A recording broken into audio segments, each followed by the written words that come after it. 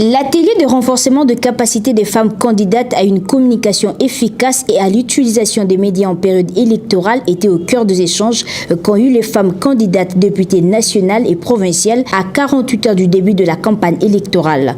Plusieurs panels ont été débattus à ces assises, notamment les stratégies de communication en période électorale et comment préparer son électorat, la destruction des préjugés et stéréotypes contre les femmes, comment faire une communication politique et les stratégies de conquête du pouvoir. Pour ne citer que cela, l'ONU Femmes, la MONUSCO et les PNUD ont conjointement organisé ces assises. Madame Faïda Mwanguilwa, consultante en genre, revient sur le bien fondé de cette initiative. Donc il était donc important de suivre toutes ces informations par rapport à la manière de mobiliser les ressources, par rapport à comment élaborer les messages, comment préparer sa base, parce que vous savez la base c'est tout le temps qu'elle se lamente. Voilà, les gens sont venus avec beaucoup de moyens, mais nous n'en avons pas. Non, la campagne électorale exige d'une candidate une détermination parce que c'est un projet d'abord personnel de la campagne. C'est un engagement personnel, bien que la candidate puisse appartenir dans un parti politique ou regroupement politique,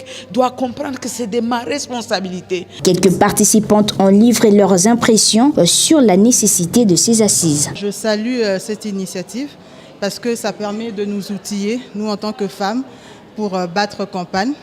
Généralement, on n'a pas l'habitude de voir les femmes se lancer en politique. On le voit de plus en plus, mais on n'a pas toujours les outils nécessaires pour se lancer face aux hommes qui ont l'habitude de le faire depuis un certain temps.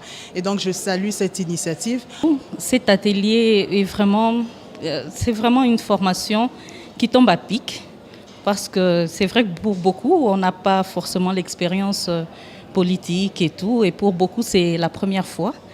C'est en tout cas une opportunité. La ministre provinciale de l'Éducation, de l'Environnement et du Genre a pris une part active à cette activité à qui a regroupé environ 200 femmes candidates aux élections législatives nationales et provinciales de décembre 2018.